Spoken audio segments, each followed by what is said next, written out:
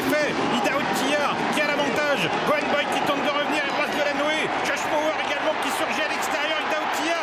Gohan Boy qui lutte. Just Love You également.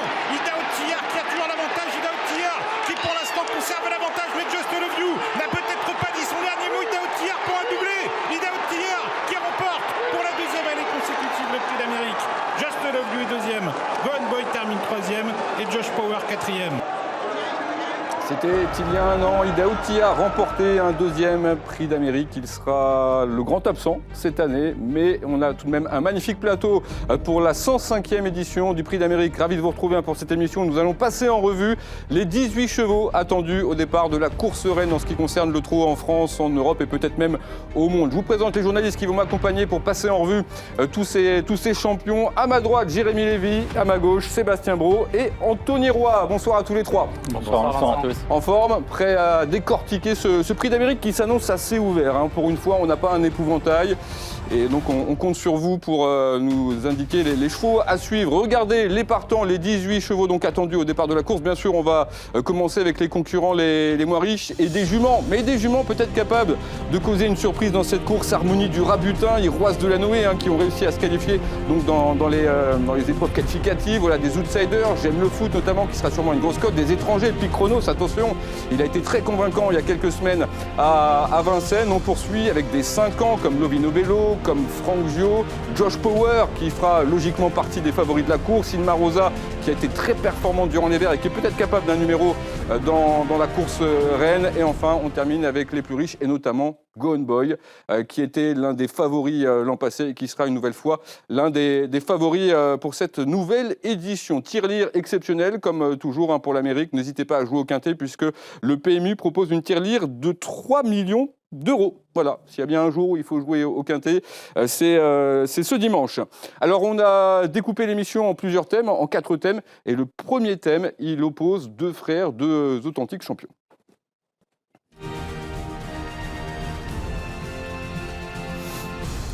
On a appelé ça les frères ennemis, Josh Power et Gohan Boy. Incroyable d'avoir une poulainière qui a produit 2 chevaux de ce niveau-là. C'est rarissime.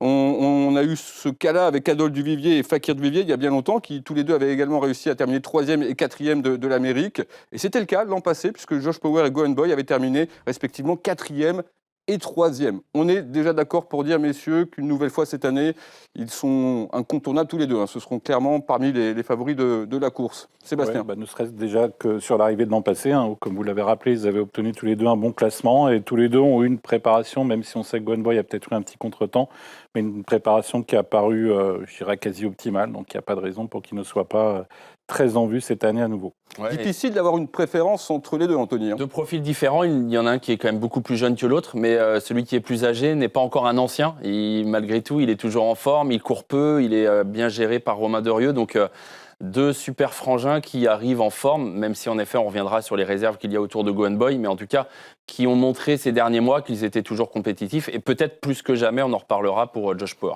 Bon, je pense qu'à la fin de l'émission, vous ferez tous des tickets, et je présume que les deux figureront dans vos tickets.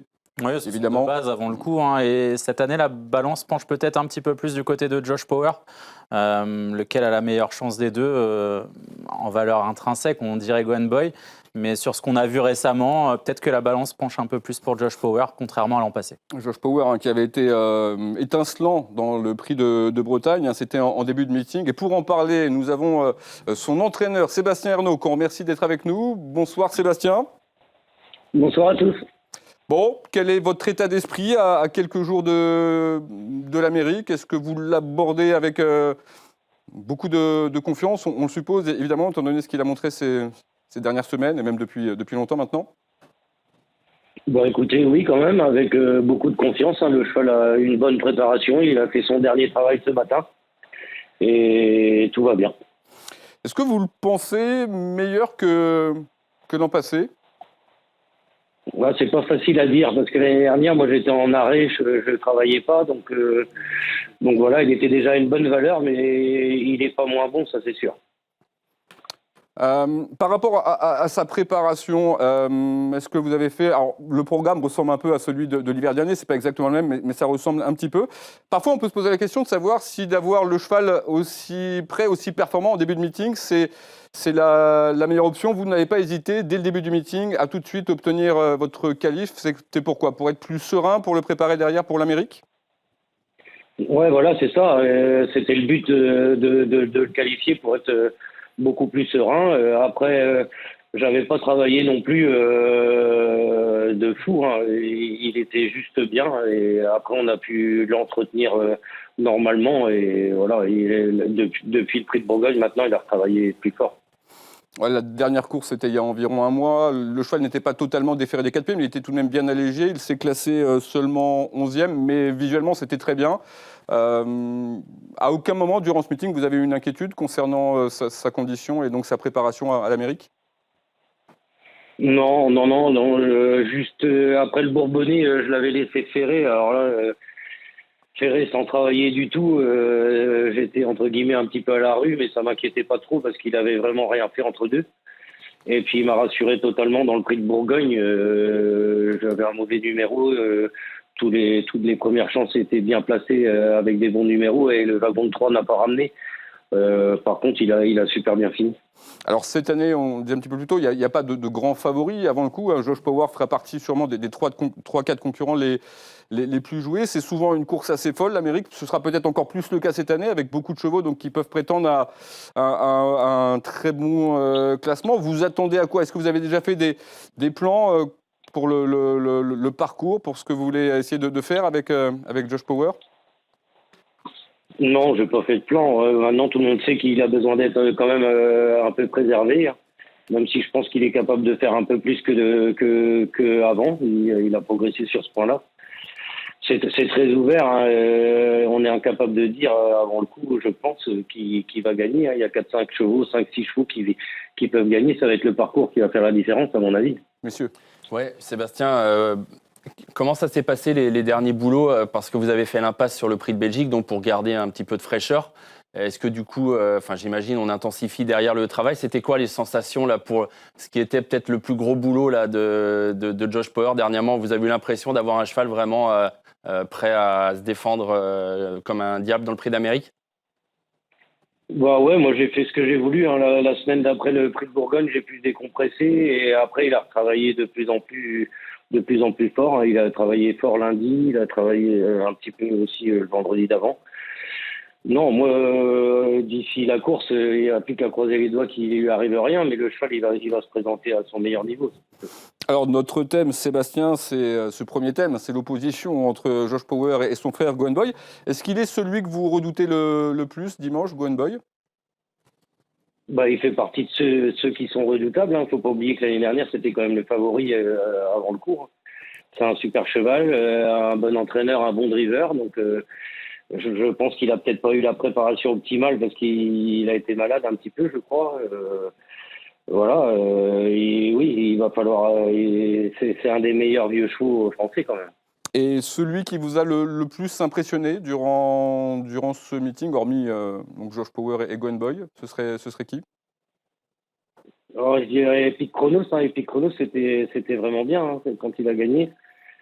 Et puis la petite Imna Rosa. Hein. Imna Rosa, je pense que l'autre jour, dans le Prix de Bourgogne, si elle a le passage, je pense que c'est elle qui aurait gagné. Donc voilà, ces deux-là, ils ont été impressionnants, je pense. Alors la course, c'est dans 3 jours, hein, donc il y a encore l'entraînement vendredi et samedi. Qu'est-ce que vous faites comme ça dans les jours qui précèdent l'Amérique? C'est quoi? C'est du petit trotting à faible allure? Bah, aujourd'hui, il a travaillé, donc demain, il va faire un petit jogging avec ma femme et samedi, il ira à la mer comme on fait tout le temps avant une course. On a la chance d'être à 10 minutes de la plage, donc on va le sortir à la plage. Ok, une petite baignade donc la veille du Prix d'Amérique. C'est très bien et c'est bien sympa pour lui. Merci beaucoup Sébastien d'avoir répondu à nos questions. Vous savez ce qu'on vous souhaite pour dimanche et peut-être qu'on se parlera donc dans les jours qui arrivent. Bonne soirée, j'espère aussi.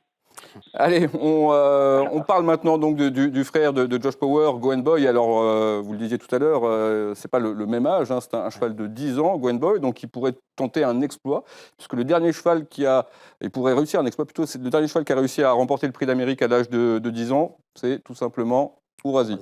Voilà, c'est dire si c'est quelque chose de rarissime. Hein. Vous avez les vainqueurs à 10 ans de l'Amérique, Ourasi, Eleazar, Bellino 2, Oviedius Naso et Templier. Gwen Boy, qui n'a pas réussi durant cet hiver à montrer tout son potentiel, même s'il y a une très bonne performance. C'est vrai qu'on sait que c'est un cheval qui a été un petit peu malade, donc il n'a pas eu la préparation parfaite, mais malgré tout, si on parle de valeur intrinsèque, Jérémy, je me tourne vers vous. Est-ce que c'est pas lui tout simplement le meilleur ?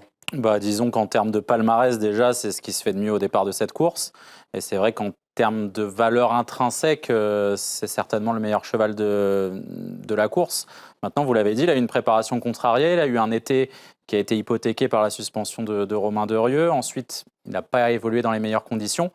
Et sa perte du prix de Bourgogne n'est pas suffisante. Et en plus, on sait que depuis le Bourgogne, il a eu un petit virus. Donc, il y a pas mal de choses qui font dire que voilà, il peut être un cran en dessous de ce qu'il a montré l'an passé. Maintenant, l'an passé, c'était notre favori. C'était le favori de beaucoup de monde. Il a été étincelant. Il va falloir qu'il court cette valeur-là cette année pour espérer l'emporter, en tout cas. Ok, d'ailleurs, on a bien compris tout à l'heure que pour vous, c'est plutôt Josh Power que vous préférez entre les deux fers pour l'édition 2026. Autant l'an passé, mon avis était bien tranché entre les deux. Ouais. Autant cette année, il est tranché, mais dans l'autre sens.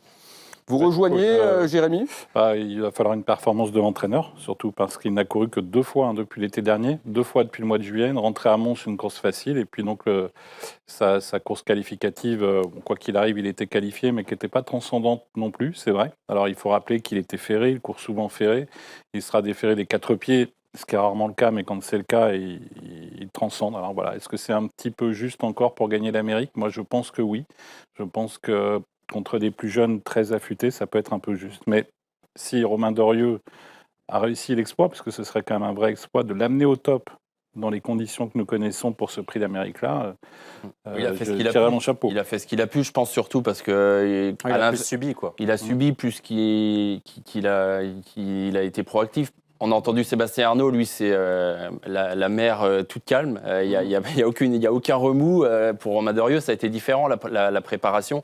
On rappelle qu'il a été, en gros, il nous a dit sur les 3 dernières semaines, il a été une semaine malade et les 2 dernières semaines, il a pu travailler correctement. Et déjà, il n'était pas en avance. Oui, c'est ça. Il avait très peu couru cet hiver. Maintenant, est-ce qu'il y a aussi une question qui se pose derrière ? Alors, c'est bizarre de la poser en vue d'un prix d'Amérique, mais est-ce qu'il a intérêt à tout jeter tout de suite dans la préparation et dans la bataille, Romain Derieux ? Je dis ça pourquoi ? Parce que derrière, le programme, il est exceptionnel pour Gwen Boy. Et on sait qu'en plus, c'est encore plus son terrain de jeu. Il y a le prix de France, c'est le tenant du titre. Oui, mais justement, comme il l'a déjà gagné, est-ce que c'est pas presque secondaire quoi, pour lui ? Non, mais si on lui demande s'il veut gagner le prix d'Amérique, non, mais c'est pas ça, il va dire oui, c'est sûr. Finalement, est-ce qu'il ne faut pas mieux, quitte à se brûler un petit peu les ailes, tout moi, faire je dirais pour... non. Moi, je dirais non, parce qu'il y a le prix de France. Moi, je dirais plutôt oui. Il y a le prix de France, il y a le critérium de vitesse de Cagnes, il y a le prix de l'Atlantique au mois d'avril, il y a l'Elite Lopp au mois de mai. Et tout ça, c'est des courses qui tendent un peu les bras à Gwen Boy. Il est sur des parcours qu'il adore, sur des terrains de jeu qu'il connaît.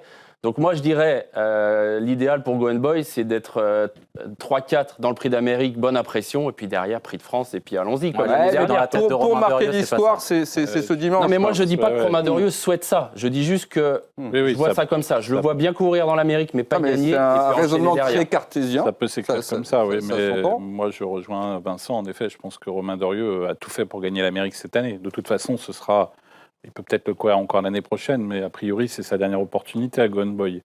L'année prochaine, ce sera, s'il est encore compétiteur, ce sera encore plus difficile. Mais après, qu'est-ce que ça veut dire tout fait ? Parce qu'à un moment, on ne fait pas de miracle. Un cheval qui est malade 8 jours, il est malade 8 jours, voilà, et après, vous n'allez pas le travailler. C'est le seul souci, c'est qu'il a été malade. Est-ce qu'on peut rattraper le temps ? C'est ça, c'est toujours la difficulté, quoi. Il faut qu'on passe à la suite, mais on est allé chercher une image du prix d'Amérique 78 pour vous montrer Là, on remonte le temps. Là. Ouais, pour vous montrer Adol et Fakir Duvivier, donc, qui terminaient 3e et 4e. Et donc l'an passé, Gwen Boy et Josh Power ont également réussi à terminer 3e et 4e. Donc voilà, c'était déjà arrivé par le passé que 2 frères terminent parmi les premiers du prix d'Amérique. Et ce sera probablement encore le cas cette année. D'ailleurs, Pardon ? Ce sera possiblement le cas, oui. Oui, possiblement le cas. Une petite image aussi d'un poulain, alors qu'on ne connaît pas encore, mais dont Il n'est on pas encore apprendra au départ du prix d'Amérique, Ouais, celui-là. on apprendra peut-être beaucoup dans les années qui arrivent. C'est Powerball, c'est le frère des deux cités. Alors par FaceTime Bourbon, ce qui ne gâche rien, il a été vendu 300 000 € et c'est Thierry Duval d'Estaing qui s'en est porté acquéreur. Ouais, on n'a d'ailleurs pas parlé des éleveurs jusqu'ici. La famille Marie, on salue Pierre-Emmanuel Marie, forcément qui doit nous regarder et qui doit être heureux de voir ses deux élèves, on va dire, au départ du prix d'Amérique. Et oui, ce Powerball, 300 000 € et c'est vrai que vous avez dit Thierry Duval d'Estaing qui l'a acheté. Au final, c'est pas un prix démesuré pour un... Pour le compte de propriétaires étrangers. Ouais. Moi, je vous rejoins. Pas un prix démesuré. C'est magnifique, évidemment, de vendre un poulain ce prix-là, mais avec un tel pédigré, quand on sait le prix de la CI de FaceTime Bourbon, vous avez probablement l'une des plus grandes poulinières de l'histoire, du coup. Ouais.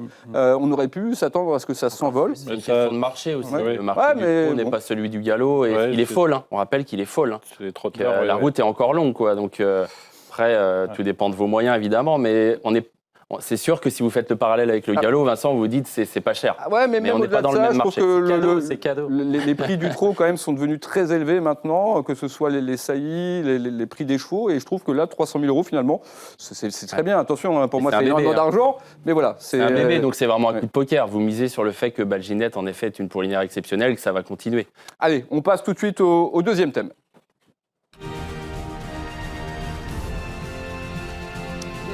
Le deuxième thème, il concerne Éric Raffin. Et on va se poser la question si ça pourrait être la fin de la malédiction. Alors, malédiction, c'est un mot un peu fort. Un peu fort. Mais voilà, c'est notre crack driver, multiple sulky d'or, recordman du nombre de victoires en une année. Il n'a pas encore épinglé l'Amérique. Il a participé à 17 prix d'Amérique. Il a terminé 2 fois parmi les 3 premiers. Pas encore de succès. Est-ce que ce sera pour cette année avec Iroise de Lannoy ? C'est possible. C'est fortement possible parce que la jument a fait très grosse impression dans le prix de Belgique. Elle a énormément d'atouts dans son jeu. Je regardais par curiosité, vous savez que j'aime bien regarder un petit peu les chronos, surtout comme ça chez les chevaux entre guillemets d'âge et très confirmés sur le parcours. Elle est la jument qui a été le plus vite sur le parcours. Elle a marché 11 il y a 2 ans, en 2023, en étant ferrée. Alors elle n'avait pas gagné, c'était la course où Daoud Tillard, voilà, le prix jockey, Daoud Tillard était venu faire un truc un peu de fou à l'époque. Il était revenu gagner, mais elle a énormément d'atouts dans son jeu. Elle a un abattage énorme. Le tandem avec Éric Raffin a fonctionné remarquablement. Il est d'ailleurs, j'ai l'impression, je ne sais pas ce que vous en pensez, fait pour driver cette jument-là avec le sulky américain. Voilà, il aime bien les chevaux qui vont de l'avant. Il y a beaucoup de choses cette année. Moi, je dirais comme ça, au feeling, je dirais que c'est peut-être la meilleure chance qu'il ait jamais eue dans l'Amérique. Anthony. Oui, évidemment que c'est possible parce que c'est une jument qui sort un peu de l'ordinaire. Elle a une action quand même qui est l'action d'une jument vraiment rare, quoi. Elle a un abattage terrible, une tenue énorme. Le problème de cette jument, on le connaît, c'est qu'elle est fragile. Elle a de l'arthrose en fait depuis ses 2 ans, a expliqué Thomas Lévesque. Donc il faut gérer ça, c'est pas évident. Mais il nous dit que cette semaine, ça s'est bien passé après le prix de Belgique. Donc a priori, elle est toujours en forme. Et en effet, Iroise de Lannoy en forme, sans grand favori cette année. Même si elle a peu de gains par rapport à d'autres, on se dit qu'elle peut gagner le prix d'Amérique. Et je rebondis sur ce que vous disiez. C'est vrai que Thomas Lévesque, ça fait un petit moment qu'il explique en gros qu'il est dans le bon timing pour arriver sur l'Amérique. Il fallait juste obtenir son billet. Elle l'a obtenu de façon brillante récemment. Donc ça sent quand même très bon avant le coup, Jérémy. Ouais, surtout qu'on a vu dans les images tout à l'heure de l'édition de l'an passé, elle était avec eux, avec les Josh Power, avec les Gohan Boy. Elle était avec eux, avec une préparation. 4-5e, on peut oui, penser. mais elle avait le gaz même pour les inquiéter. Je me demande si elle n'aurait pas terminé 2e, moi. Ah non. J'ai revu les images tout à l'heure. Vous m'avez surpris. D'accord. Vous livre les coulisses. Justement, j'ai revu la course. Droite, je dirais en étant droite, oui. Mais Thomas Lévesque ne pouvait pas s'en servir. Donc elle n'était pas parfaite. Voilà. Elle a fait une préparation en étant droite, optimale. Alors que cette année, tout est OK. Non, mais on sent que potentiellement, elle pouvait terminer devant. Ah oui, là, je suis d'accord. Donc voilà, à partir de là. Mais dans l'état où elle était, je pense que si elle avait gardé la cadence jusqu'au bout, elle n'était pas mieux que 4-5e. Alors messieurs, on va accueillir un deuxième invité dans l'émission et ça va surprendre, je pense, pas mal de personnes qui regardent l'émission et ça va faire plaisir surtout à beaucoup de monde. C'est Jos Verbeek qui est avec nous. Jos Verbeek, quadruple vainqueur du prix d'Amérique. Bonsoir Jos. Bonsoir à tous. Alors tout va bien, on est ravis nous de vous avoir dans l'émission parce que c'est vrai que sur Equidia aujourd'hui on vous voit rarement, on vous voit parfois driver des courses à l'étranger mais on a rarement l'occasion de parler avec vous donc c'est très sympa de vous avoir. Tout d'abord un tout petit mot rapide sur vous, Jos, tout va bien, vous êtes heureux ? Tout va bien, tout va bien. Merci.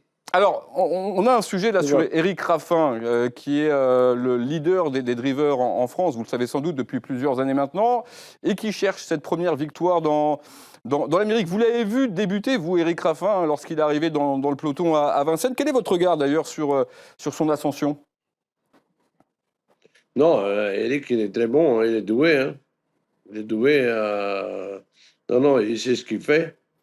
Maintenant, dimanche, c'est sûr, il a un très bon jument, mais le problème, c'est que c'est pas évident, 18 partants, tous avec le sulky américain. Le sulky américain, elle est plus long que le sulky normal. La piste, elle est la même mesure qu'il y a 10 ans, je pense. Avec le sulky américain, c'est moins évident de partir avec 18 chevaux, parce que les sulky, ils sont plus longs. Et je pense que c'est pas un avantage, à mon avis. Hein. D'ailleurs, c'est en quelque sorte Eric Raffin, hein, qui a amené le sulky américain en France. Vous êtes étonné, vous, Joss, de cette évolution des courses avec les sulky américains dans l'Hexagone et ailleurs même? Pour certains chevaux, ça va, mais pour certains chevaux, il va bien, le sulky américain. Mais moi, c'est pas fait pour tous les chevaux.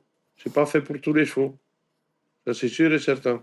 Alors, on se souvient qu'il y a, dans vos 4 victoires dans l'Amérique, Joss, il y a ce succès marquant avec Sikov lorsque vous aviez démarré dans la montée, je crois. Enfin, vous aviez pris une très grande avance. Finalement, le cheval avait vécu sur son avance et avait gagné Non, en de peu. descendant. En descendant, ouais. Puis après, il s'était montré très courageux, hein, pour conserver un petit avantage jusqu'à la fin. Est-ce qu'il pourrait faire ce type de numéro, vous pensez, Eric Raffin, avec une jument dure comme Iroise de Lanoé, ou ça ne peut plus arriver aujourd'hui? Si elle arrive à la partir, oui. Parce qu'elle elle a besoin de personne. Hein. Ce qu'il y a, ça va pas être la même course que le Prix de Belgique. Hein. Parce que là, ils vont tous courir avec le couteau entre les dents. Hein. Comment est-ce que vous géreriez, c'est vous, pas pareil. Hein. Joss, comment est-ce que vous géreriez, vous, le départ avec une jument comme Iroise de Lanoé, qui est quand même massive, qui met parfois un petit peu de temps à démarrer? Qu'est-ce que vous feriez? Il faut partir en dehors déjà. Il faut qu'il arrive à rentrer dans les premiers, ça c'est sûr. Après, il ne faut pas qu'il y ait trop de faux départ. Sortir, rentrer, sortir. Comme la semaine passée, là, dans le Colombier, pour des chevaux comme ça, c'est pas évident. Hein. Même des chevaux braves, ils peuvent s'énerver. Hein. Et Joss, est-ce que ce serait la jument que vous choisiriez si vous deviez en choisir un parmi les 18? Non. Non. Non. Alors, ce serait qui? Moi, si je pouvais choisir, moi, je prenais Go On Boy Pourquoi? ou Epic Chronos. D'accord, Go On Boy donc et Epic Chronos. Alors Epic Chronos, on en parlera un petit peu plus tard. Go On Boy, on l'a déjà évoqué. Et pourquoi c'est votre préféré, Go On Boy? Parce que c'est le cheval le plus maniable. Parce qu'avec 18 partants, c'est pas évident. Hein. Il y a le cheval qui drive Mathieu à Brivard, là. S'il part comme il faut, lui, il peut faire chaud aussi, mais il n'est pas évident, je pense, dans les élastiques. Franck Franck Gio. Jo, oui. Et Go On Boy, c'est une voiture. Hein. Et puis Go Go On On Boy. Boy, vous l'avez vu sûrement gagner des belles courses en Belgique, à Mons, hein, où il Ah a... oui, je l'ai vu en Suède, je l'ai vu partout, je l'ai vu l'année dernière à Prix de Paris, à Prix de France, je l'ai vu partout. Ah, Une ouais. petite Il est question, venu juste courir pour... en Belgique, mais en Belgique, il a couru contre ses enfants. Là. Ouais. Et il a été en Belgique en deuxième vitesse. Lui, il en a 6 plus un turbo, alors. Une petite Non, question, non. Joss, pour revenir à Iroise de Lanoé. Ça m'intéresse d'avoir votre avis là-dessus. On sait que son petit point faible, ou l'un de ses points faibles, ça pourrait être la mise en route. C'est vrai que ce ne sera pas la plus rapide. Est-ce que vous, si vous étiez au sulky d'Iroise de Lanoé, dans un prix d'Amérique comme ça, vous prenez le risque de tenter un truc que vous n'avez pas fait avant avec elle, en la brusquant un peu pour se dire j'essaye parce que c'est le prix d'Amérique? Ou est-ce qu'il ne faut pas faire ça, Non, justement, il faut non. faire comme d'habitude? Ah non, non, il faut assurer. Après, il y a toujours un wagon 3 ou même 4 qui va se former. Il va se faire ramener. Et au milieu ou en face, il n'a plus besoin de personne. Hein. Donc on ne change rien, On on ne peut tente aller pas le tout tout pour seul, le tout, quoi. Ah ben non, moi je pense que s'ils veulent démarrer, Ouais. c'est un grand risque. C'est un grand risque. Alors, ce serait évidemment formidable Pour moi, c'est un grand risque. si cette jument s'imposait pour Eric Raffin, une première victoire de l'Amérique. Et ce serait aussi le retour au premier plan dans l'Amérique de cette Kazakh mythique qui détient le record du bien nombre sûr. de victoires dans l'Amérique. La Kazakh de la famille Lévesque avec Upsalin, les 3 succès de Roképin et Mazina. Donc la symbolique serait également Il y a Pierre Lévesque qui en a magnifique. gagné 3 également en tant qu'entraîneur. Alors, Il Ouais. n'a pas gagné pour la Kazakh Lévesque. Offshore mais il en a Dream gagné et Monde deux- du Corta. 2 offshore et un Monde du Corta. Et moi, je voulais poser une question à Jos Ouais. Verbeek. On a parlé des chevaux, mais parlons des drivers. Vous, Jos, dans quel état d'esprit il faut être quand on est driver pour aborder le prix d'Amérique? Est-ce que vous aviez une préparation, des habitudes vous aviez la réputation d'être quelqu'un qui n'avait aucune pression. Est-ce que c'était vraiment le cas? Est-ce que vous n'aviez aucune pression lorsque vous arriviez sur un prix d'Amérique? Non. Moi, j'ai toujours couru le prix d'Amérique comme une autre course. Toujours. C'est la vérité. Hein. J'ai jamais eu de pression. Où ce que j'ai eu un peu de pression, un peu, très peu, hein, c'était quand j'ai gagné avec Cabo Volo. Ouais. Parce que je savais que c'était la fin de M. Viel et de porter la casaque à M. Viel à l'époque, c'était quand même un honneur pour moi. Et l'année d'avant, j'avais dû le gagner, mais j'étais arrêté dans le dernier tournant par un concurrent. Il avait mis la roue devant ma roue. Et l'année que Cocktail Jet il gagne, sinon j'avais déjà gagné. Parce qu'Abo, il était meilleur que Cocktail Jet à Vincennes. À Anguien, Cocktail Jet, il était meilleur qu'Abo. Mais l'année d'avant, j'avais dû gagner. Et 3 jours avant la course, Abo, il avait tombé. Il avait glissé, il avait un gros genou. Et Vincent Brazon, il a resté jour et nuit jusqu'au jusqu'au dimanche du Prix d'Amérique avec lui pour mettre des glaces. C'était fantastique ce qu'il avait fait, Vincent Brazon. Alors, on rappelle que vous avez remporté 4 fois l'Amérique, 2 fois avec des trotteurs français, donc à Bavolo de Riad-des-Bois, et 2 fois avec des étrangers, donc Sikov, avec cet envolé exceptionnel. Et puis vous l'aviez remporté avec Abanoas. Là, vous étiez un gros outsider et vous étiez pourtant parvenu à vous imposer dans cette course. Alors, on va revenir à notre sujet principal, Eric Raffin. Eric Raffin, donc, qui a déjà pris des places dans l'Amérique. Et on va d'ailleurs revivre la 2e place de Roxane Griff, c'était en 2012. Ridicage qui essaye de sortir, Ridicage qui va sortir, l'envolée de Ridicage dans quelques instants, il passe à la contre-attaque, Franck Niver, Ridicage va survoler vers un 2e prix d'Amérique, puissance 2, Franck Niver, Roxane Griff est 2e, The Best Maverick est 3e, la 4e place pour Maharaja devant Timoko. Et une petite stat, en revanche, qui n'irait pas dans le sens d'Iroise de la Noué, c'est que le doublé qu'elle va tenter n'est pas arrivé depuis un moment. Le dernier doublé, Belgique-Amérique, c'était il y a 10 ans. Bold Eagle. Voilà. Ce n'est pas la meilleure préparatoire, enfin, si on regarde les stats, pour remporter l'Amérique. Pour résumer, Iroise de l'année, vous la retenez à quelle place? En tête. En tête, c'est votre favori? En tête. Ah, d'accord. Messieurs, Anthony, Sébastien? 3e, moi. Ouais. Moi, 3e, je m'en méfie beaucoup. Ouais. et 2e après une longue hésitation. 2e. On aurait Ok, pu la mettre en vous tête. êtes tout chaud donc sur Iroise de la Noué et je vous rejoins également. Joss, vous restez avec nous, on fait une petite pause de quelques instants et juste après, on parlera des chevaux étrangers, notamment. À tout de suite. Allez, retour dans l'émission spéciale Prix d'Amérique avec toujours nos experts qui m'entourent, Jérémy Lévy, Anthony Roy et Sébastien Brault. Et notre invité exceptionnel, Jos Verbeek, est en direct de Belgique avec nous. Et on va maintenant parler des trotteurs étrangers au départ de l'Amérique.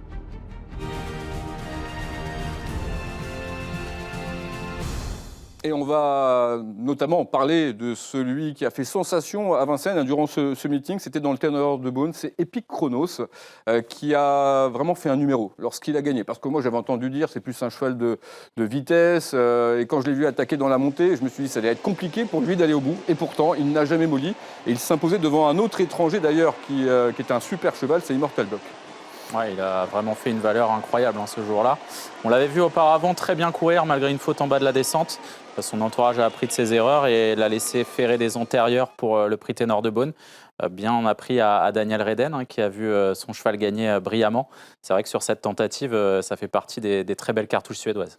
Alors il avait déjà remporté un groupe 1 précédemment, c'est un vainqueur de l'UET, donc il apprécie vraiment Vincennes. Grand Prix de l'UET qu'il avait remporté brillamment, mais dans un lot qui n'était pas non plus un lot exceptionnel. Donc c'est vrai qu'on était quelque part un peu dans l'inconnu avec lui, mais l'impression visuelle dans le Ténor de Beaune est exceptionnelle. Il faut savoir que dans la descente, ça aller très vite et lui, il suivait ça assez facilement. D'ailleurs, les chevaux qui étaient allés très vite dans la descente ce jour-là ont terminé fatigués.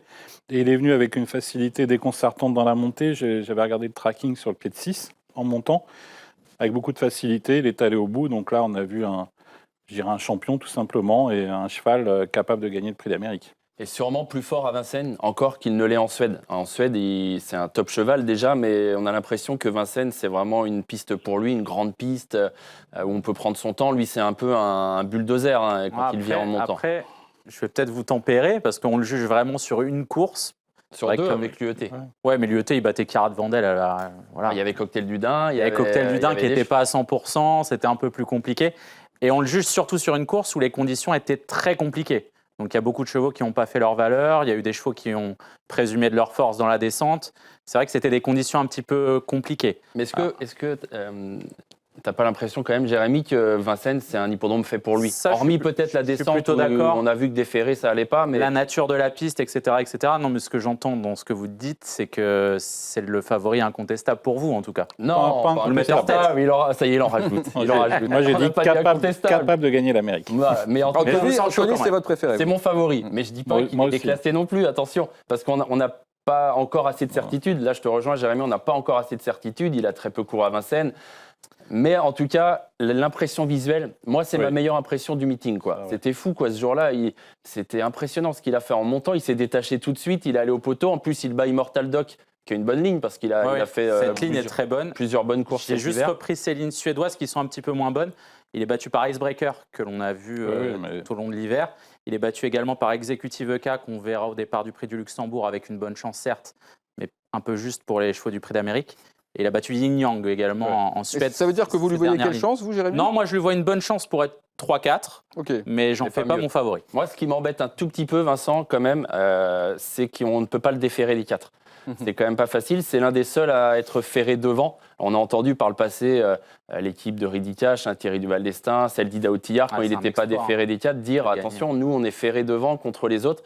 Donc ça m'embête un petit peu pour Epic Chronos, mais il a gagné comme ça le ténor de Beaune. Donc je reste sur mon impression visuelle, quoi. Et Joss, vous rejoignez Anthony. Vous disiez tout à l'heure qu'Epic Chronos, vous lui voyez une toute première chance. Pour moi, oui. C'est un tout bon cheval. Ce qu'il a fait dans le ténor de Beaune, c'est impressionnant. Le seul problème, c'est que des fois, il a un problème d'allure. Parfois. Il faut le garder sur la main, Joss, c'est ça. Ah oui. Et c'est son seul défaut. Et sinon, il a beaucoup de qualités, mais il a un défaut, comme tous les chevaux. Mais moi, j'ai pas peur qu'il n'ait pas déféré, parce qu'il y a certains chevaux qui vont mieux ferrer que déférer. C'est son cas, lui. C'est ce qu'il a montré. montré. Redicache, moi, je suis le seul j'ai drivé Redicache déféré. Bonjour. En descendant, badaboum. Non, mais ça c'est clair, Joss, que si le cheval est bien comme ça, il faut le laisser comme ça, c'est une évidence. Mais ce que je veux dire, c'est quand même qu'il y a ce petit paramètre. Voilà, quand on voit la liste des partants, ils sont tous déférés des 4, hormis 3 chevaux, je crois, et dont lui, quoi. Ouais. Ok. Non, il a la qualité, il a le moteur, il a tout. Ouais, il a un moteur exceptionnel. Ce qu'il a fait dans le ténor de Beaune, quand même, c'est un moteur sous le capot. C'est impressionnant, quoi. Alors, on va parler des autres étrangers au départ de la course et on va notamment parler de Francesco Zet parce que quand on regarde le palmarès de ce cheval, on se dit que c'est un profil évidemment à respecter, mais jusqu'à présent, en France, il est venu une fois et alors, de ce que j'en avais su ce jour-là, donc c'était la finale de l'UET circuit, il était tombé nerveux avant la course, il n'a pas trop apprécié le déplacement ou le changement d'environnement. Il était allé devant, il avait pas mal dépensé devant et il s'était donc éteint au moment où la course avait été devenue plus sélective. Moi, à titre personnel, je pense que c'est d'abord un cheval de vitesse et peut-être aussi plutôt un cheval de piste plate. Après, avec un Benjamin Rochard qui va peut-être justement le driver off, comme on dit, ça peut peut-être le faire, mais j'ai des gros doutes à titre personnel sur ses capacités à bien faire le parcours. Bon, on peut le dire, on nous l'a vendu un petit peu comme un crack et à chaque fois qu'il a affronté un bon cheval français, il s'est écrasé. Donc, Et chez nous, 9e de l'UET. Non, mais vraiment. Je sais pas. La première fois dans l'Elite Lop où on s'était dit, apparemment c'est un phénomène et on va voir. Et finalement, dès la batterie, on s'est dit, bon. Mais je crois que sur ce cheval-là, il a 2,5 millions d'euros de gain quand même. Donc ça veut quand même dire petit quelque chose. Mais ce que j'allais dire, c'est surtout, on a une vision très différente selon si on est français ou suédois. D'ailleurs, vous pouvez retrouver l'émission Ticket pour l'Amérique sur notre chaîne YouTube. Björn Goop était l'invité d'Elliott Fricot. Et lui, il nous dit c'est notre meilleur cheval d'âge en Scandinavie. Et je suis sûr que si vous demandez à tous les Français, personne ne va lui voir une chance dans l'Amérique parce qu'on a vraiment une vision d'un cheval qui nous a jamais laissé une grosse impression, alors qu'en Suède, il a pris ses 2,5 millions, il a gagné des groupes 1 et eux le considèrent comme un bon cheval. Moi, je suis Seb, je suis pas très chaud, mais bon. Mais en Suède, c'est voilà, piste plate, parcours de vitesse essentiellement. Moi, c'est surtout ça qui me pose problème pour ce cheval-là. Et des drivers français au sulky de ceux qu'on vient d'évoquer, puisque c'est Benjamin Rochard qui va driver ce Francesco Zet et Paul Poquin, on l'a pas cité encore. Non, qui sera on n'en a pas parlé, ça va être une première fois Ouais. avec de la pression pour lui dans un prix d'Amérique parce qu'il a conscience qu'il a une vraie chance. Quoi. Absolument, et Björn Goop, lui, donc, il sera associé à Immortal Doc. Alors, on l'a vu être dominé par Epic Chronos, mais c'est un cheval qui a beaucoup couru durant ce meeting. À chaque fois, il a mis son cœur sur la piste. Ouais. Cheval très dur. Il peut faire quoi dimanche, Immortal Doc? Il peut bien faire. La dernière fois dans le Belgique, il fallait absolument se qualifier. Il n'a pas eu un parcours facile. Il est venu en dehors en montant parce qu'il n'avait pas le choix, Björn Goop. Enfin, en tout cas, pas le choix des armes s'il voulait vraiment se qualifier. Il fallait faire le parcours en dehors. Il a été très courageux jusqu'au bout. Je l'ai préféré avant. Alors j'espère, je l'ai préféré dans le ténor de Beaune, notamment. C'est ça, il a eu des donc est-ce qu'il n'est pas est-ce qu'il n'a pas été prêt très vite et qu'il va peut-être un peu sur la descendante, voilà, c'est en tout cas, il a eu des vraies courses cet hiver. À chaque fois, il a fait combat quoi, parce et c'est son défaut d'ailleurs, il part mal. Ça, c'est quand même dans un prix d'Amérique embêtant. J'avais vu que la première fois que Björn Goop l'avait drivé en France, ça remonte déjà. Il avait réussi à le démarrer dans le groupe de tête. Alors je m'étais dit dans le Belgique qu'il allait certainement pouvoir le faire. Puis au final, il a quand même raté son départ. Et j'ai regardé aussi quelques-unes de ses anciennes courses. Paul Poquin aussi, dans le prix de Croix l'an passé, il l'avait bien démarré. Mais c'est vrai que cette année, on l'a vu plutôt lent en début de parcours.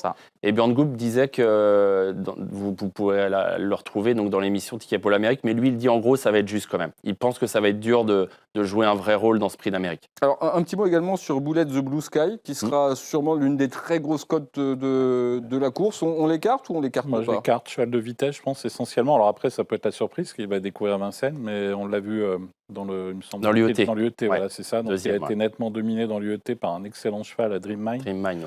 Mais je vois plutôt là un cheval de vitesse qui a seulement 5 ans. Alors vous me direz, il y a d'autres 5 ans, mais les 5 ans français, à mon avis, sont plus durs que lui. Donc je crois que ça va être compliqué. Mais il ne doit pas être très loin, je pense, quand même, de quelques-uns de nos bons 5 ans. Alors après, est-ce que les 5 ans ont une chance dans ce prix d'Amérique? Mais l'autre jour, c'est pas si mal. Il est 4e là, de la course de Lisa Josselin, etc. Dans l'UET, il est 2e. Après, ça paraît dur. Ce sera l'une des grosses cotes. Ça paraît compliqué, mais c'est quand même un cheval qui tient la route. Et il ne doit pas être si loin que ça de Lovino Bello. Il est peut-être un peu en dessous, mais pas beaucoup, je pense. La dernière victoire d'un Scandinave dans l'Amérique, ce ne sera pas dans le quiz en fin d'émission. C'est Rally Express. C'était en 2018. C'était la première fois d'ailleurs que Björn Goop remportait l'Amérique. On vous remonte cette ligne droite. On va savoir si Bold Eagle est le super champion. Il va le faire, il prend l'avantage, mais un accord nous résiste. Et finalement, le Suédois reprend l'avantage aux abords du poteau. Björn Goop a peut-être gagné ce Grand Prix d'Amérique face à Bold Eagle. Propulsion termine à la 3e place. Un mano à mano exceptionnel. Voilà, c'était donc il y a 8 ans le succès de Red League Express. Donc on verra si cette année. Il y a des similitudes dans leur parcours. Il avait très peu couru à Vincennes quand il a gagné le prix d'Amérique. Je rebondis sur ce que disait Jérémy tout à l'heure. Il avait gagné le ténor de Beaune, si je ne dis pas de bêtises. Il était qualifié en gagnant le ténor de Beaune pour sa première en France. Il y a des petites similitudes. Vous restez sur votre ligne et vous avez raison. On va saluer Joss. Tiens, Joss, avant de vous laisser, vous avez parlé donc de vos 2 préférés, Go and Boy et Epic Chronos. Si je vous mets encore 2-3 chevaux à rajouter avec ceux-là, votre quintet, tiens, pour l'Amérique, ce serait qui avec eux? Josh Power. Josh Power, ok. Ouais. Et puis... Vous pouvez vous arrêter là. Iroise de la Noé, il ne l'a pas mise tout à l'heure, je crois. Iroise de la Noé, vous la mettez en 5? Ouais, non, je le mets. Vous la mettez, ok. Et j'aime bien Hokkaido Giel. Hokkaido Giel. Ah oui, c'est le cœur qui parle. Avec Franck. Avec Franck. Joss, pas de cocktail du Dain alors? Arrête. Allez, merci beaucoup, Joss, d'avoir été avec nous dans l'émission. Allez, bonne soirée. C'était un plaisir de vous avoir. Merci. Et je pense que bonsoir à les tous. passionnés de trop étaient ravis de vous entendre. Allez, nous, on va poursuivre. On va passer au dernier thème maintenant, et ce sont les troubles faits.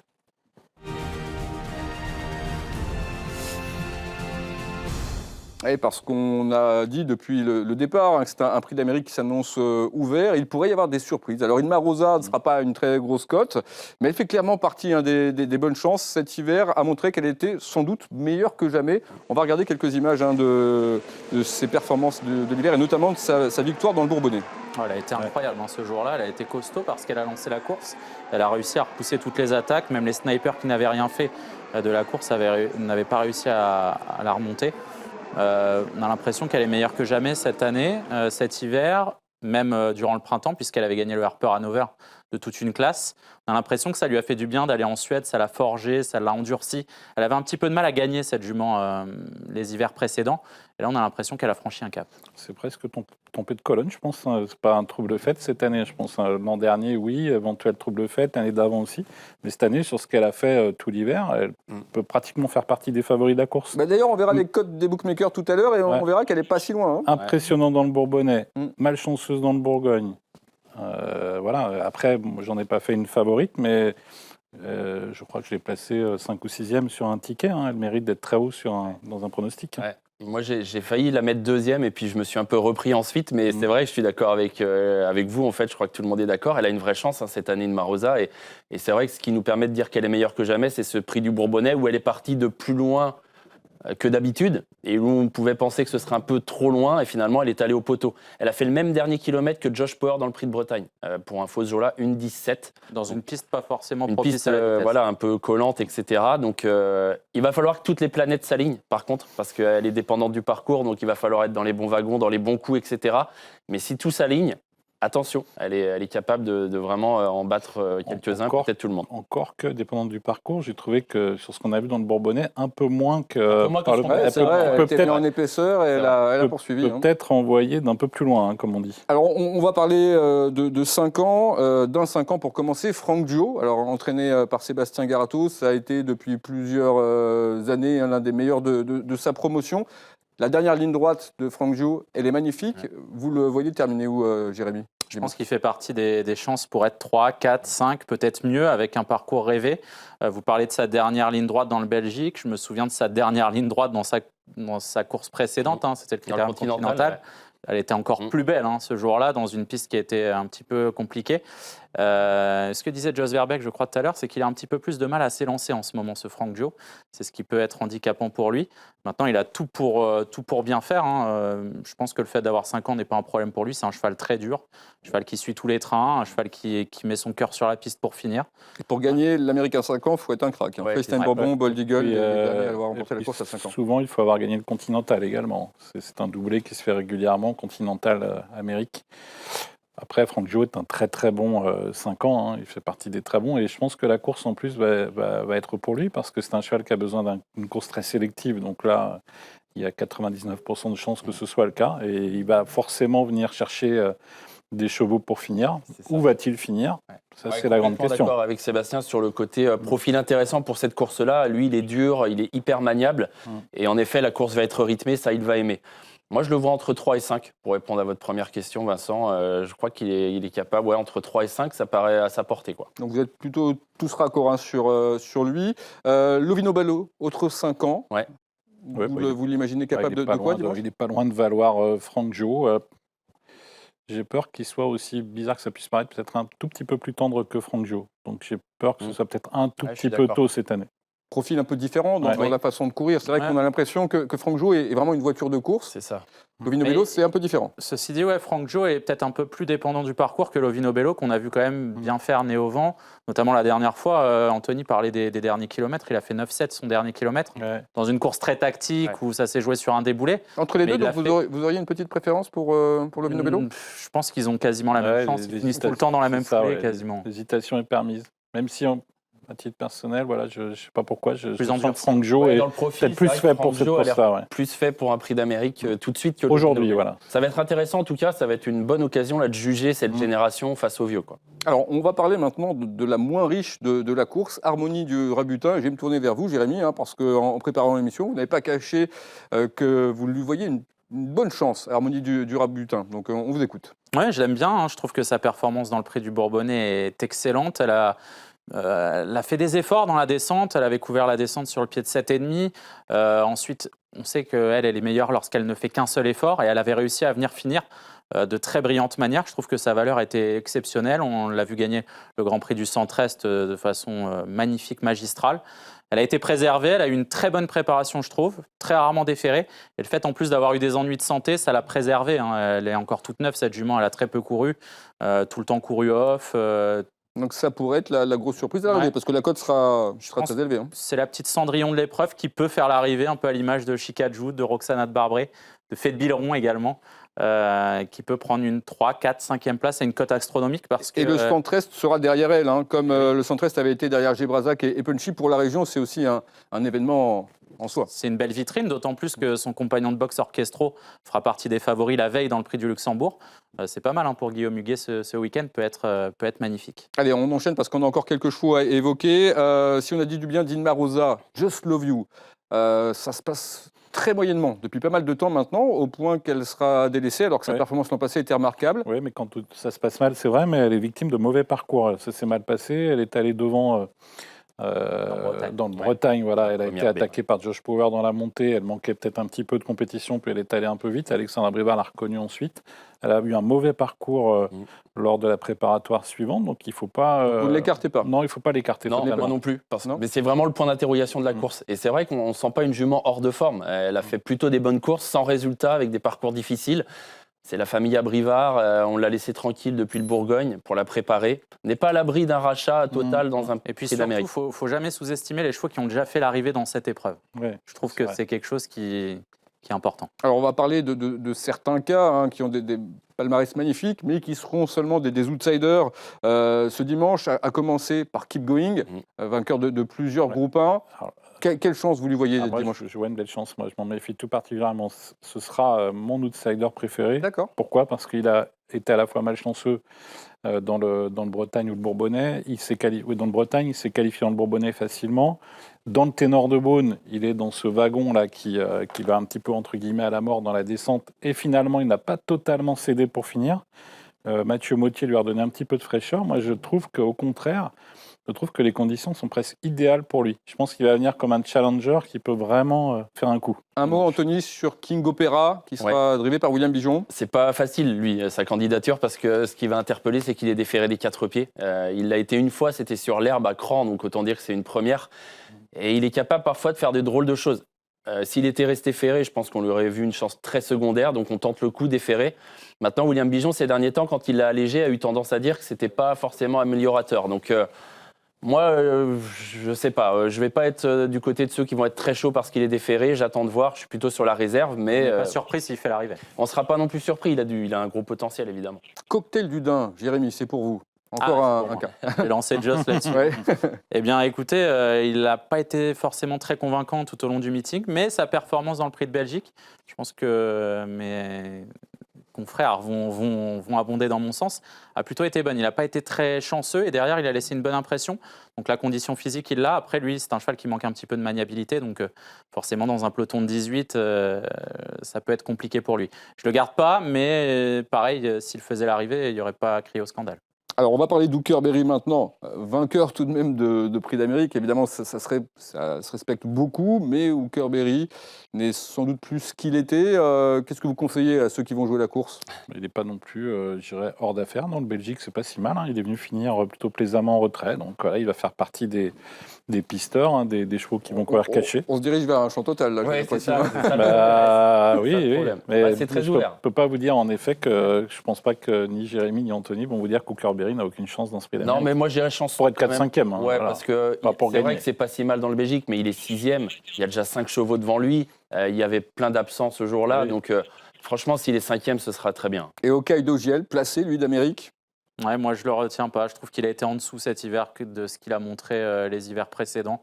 J'aime beaucoup ce cheval-là, mais je pense qu'il fait partie des chances très secondaires. Et n'oublions pas, J'aime le foot, alors qui sera probablement l'une des 2-3 très grosses cotes de l'épreuve. C'est une mission impossible, vous Ouais, pensez? ça me paraît très compliqué sur ce que j'ai vu ces derniers temps. En plus, c'est un cheval qui est un dominant, qui aime bien aller devant. C'est ce qu'on a tenté dans le Belgique, ça n'a pas marché. Ça me paraît encore plus compliqué forcément dimanche. Allez, ça va être le moment de nous livrer vos pronos, messieurs.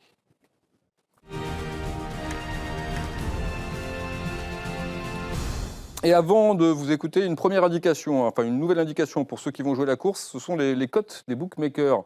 On va regarder les favoris des books. Gone Boy est favori à 4, 5,50 pour Josh Power et Picrono, Siroise Delanoë. Nous avons donc 4 concurrents chez les bookmakers qui sont sous les 10 euros. Et une Marosa, dont on a parlé tout à l'heure en bien, arrive en 5e position. Y a-t-il une cote qui vous interpelle là-dedans? Oui, moi je pense qu'Iroise Delanoë sera beaucoup plus joué que ça. Je pense D'accord. que la cote d'Iroise Delanoë... Beaucoup plus joué. Moi, Ouais, je à pense cette que- cote, je vais au guichet en tout cas. Ouais, mais je pense qu'elle sera... Je pense que, ouais, alors du coup, Jérémy a sans doute une idée sur sa cote éventuelle. Je dirais qu'elle sera plus proche de 5 que de 7, Ouais, à mon avis. possible, ouais. Et Francesco Z, quand même, cité assez haut, alors que je suis sûr que nous, en Je plateau, crois qu'il y aura moins de 15 on va pas le le citer. jour J, avec la masse Avec féminine les suédoise. Suédois, c'est possible. Allez, Très, très suivi. Jérémy, à vous de débuter pour votre prono. Alors 7 chevaux, je crois. Hein. Oui, moi j'en ai eu que 7. Voilà. Mm. On m'a Ouais, dit sept. choisis 7 chevaux, j'ai choisi 7 chevaux. Iroise Delanoë, je pense que tout est réuni pour qu'elle gagne, donc c'est ma favorite. C'est le jour J pour Eric Raffin. Josh Power qui est incontournable. J'ai gardé Picronos en 3e position tout en sachant que voilà, il va peut-être falloir faire attention pour finir avec lui. Gone Boy, il est incontournable forcément, déféré des 4 pieds.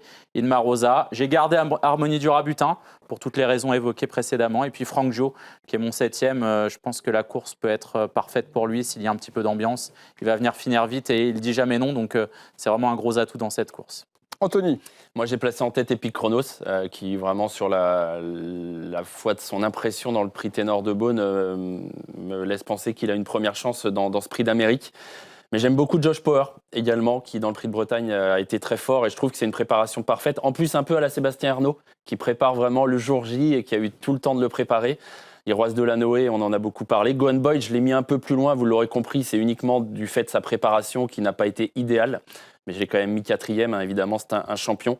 Inma Rosa, pour un truc peut-être très sympa, hein, elle est capable de jouer un premier rôle. Et puis derrière, voilà, mes associés, je dirais, Frank Joe, on en a parlé, profil intéressant pour ce prix d'Amérique. Et les coups de poker, Just Love You, et puis Keep Going, qui est quand même l'un des bons chevaux de sa génération. Sébastien, c'est à vous. Je suis allé sur Epic Chronos, moi en tête, comme Anthony. Il m'a beaucoup plu dans le Ténor de Beaune. Je le crois capable de remporter ce prix d'Amérique, même si, je dois l'avouer, j'ai beaucoup hésité avec Iroise Delanoë, que j'aurais pu placer également en tête. Donc en gros, je vois ces deux-là les mieux placés pour gagner. Gone Boy en 3e position, Josh Power 4e, hein, pour toutes les raisons que nous avons évoquées. J'aime beaucoup Keep Going, vous l'aurez compris. Je pense que c'est le très bon challenger de la course. Je crois que Mathieu Mottier peut nous faire un coup là dans ce prix d'Amérique. Et puis pour mes 3 outsiders, je les ai plus trop en tête. Je crois qu'il y a Frank Joe, King Opera. et il doit y avoir King Opera, déférer les 4 pieds, ça c'est très amusant aussi. Et puis le 8e, Inma Rosa. Inma Rosa, voilà, bien sûr, qui est Pas oublié, qui est évidemment. incontournable On je dirais en tourne quand 5 même ou un 6. peu autour des mêmes. Hein. Ouais, On même s'en- si chacun, vous êtes allé Oui, chercher c'est vrai. des Un petit outsiders truc, assez amusants. Donc voilà, à vous de vous inspirer de ce que vous ont proposé nos experts. Allez, pour terminer, un petit quiz évidemment spécial Prix d'Amérique.